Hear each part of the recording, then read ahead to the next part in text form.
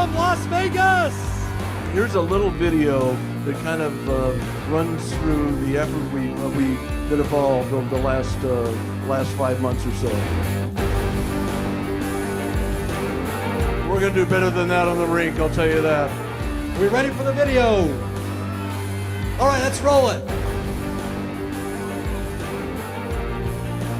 We're getting close. 3, 2, 1.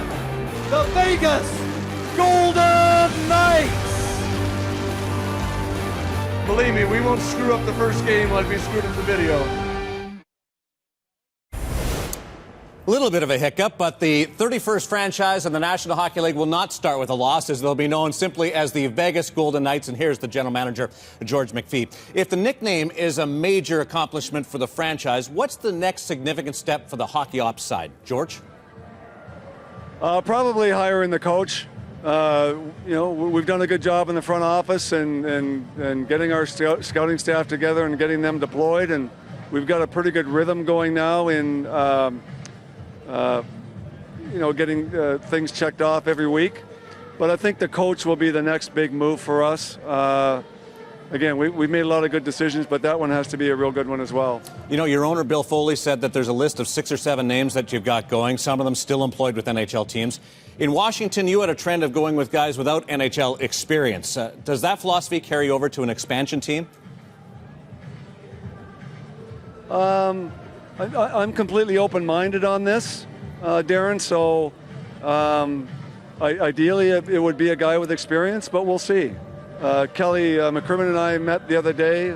We've kept independent lists. We finally got together and compared those lists and then, talked about the things that we wanted in a coach and all the important traits and abilities and experience. So we have a real good list now and we'll work on it henceforth. We're not going to do anything until the spring, but now's the time to start talking a little bit about that. George, it's common knowledge you guys are going to hold mock expansion drafts. How many have you done so far? We've just done one. We've got another one coming up in a couple of weeks, and then we'll be doing it on a monthly basis after that. How much do you think they'll change from one mock draft to the other as you go down this road? I'm not sure. That's why we're doing it. We're going to try and do it in different ways and different orders and different priorities and see what it reveals. But until we do it 3 or 4 times, I'm not sure what we're going to have. I thought the first one went real well in terms of understanding how the rules work and everything else and meeting certain requirements. And then with the players we acquired, but we'll see how the rest of it goes and what it reveals. I'm sitting here beside someone who's been through an expansion draft before in Doug. Have you bounced things off someone who's been through this process before, George? Yes, I talked to David Poyle a while ago, but we had Doug Risebrough in this weekend, and Kelly McCrimmon and I had a terrific 5-hour meeting with him. I thought he really enjoyed it, and we learned a lot. We had 6 or 8, maybe 10 real good takeaways from that meeting. Pledged that he will make the final expansion payment by March 1st to ensure that you're in the mix for college free agents.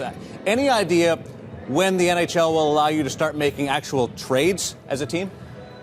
Well, first of all, I don't think that Bill was doing that so we could sign college free agents. We were doing that so we could get more involved in the league and make sure we could get to meetings and so on and so forth. I'd like to be at the March general managers meeting, so we asked if we could move it up to March 1st. It's sort of been misconstrued that it's all about trying to get college free agents. And once we're official, let's say on March 1st, I think after that, we'll probably be able to make trades as long as it isn't for someone who's still playing for an NHL team, things of that nature. And so I think right around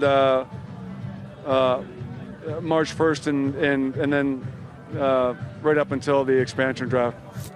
Well, perfect. March 1st, the trade deadline, so you'll be right in it by then. Thanks for doing this, and congratulations again, George. Thanks, Daren. Hope that made sense for you. Absolutely. Say hi to Doug, please.